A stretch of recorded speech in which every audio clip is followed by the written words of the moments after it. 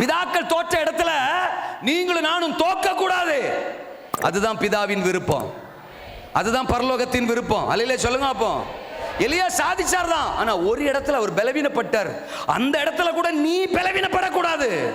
அதற்கு வேண்டிய அபிஷேகத்தின் அளவை நான் உனக்கு கூட்டி தருவேன். ஆனா நீ விரும்பணும். சொல்லுங்க அந்த வார்த்தைய. ஒரு சிலர் யோசிக்கலாம், விரும்புறதா?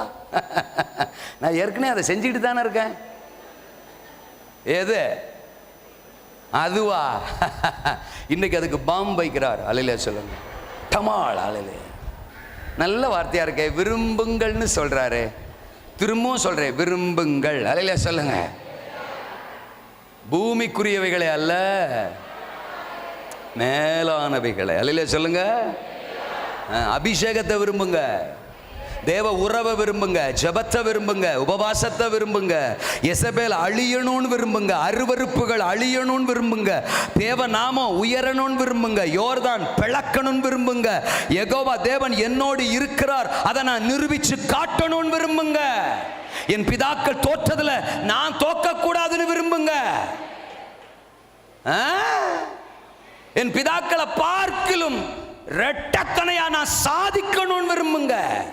எலியா செஞ்ச அற்புதம் 7, எலிசா செஞ்ச அற்புதம் 14. அல்லேலூயா சொல்லுங்க பாப்போம். விருப்பத்தோடு வேண்டுங்கள், இன்றைக்கு அந்த சால்வை உங்க மேல.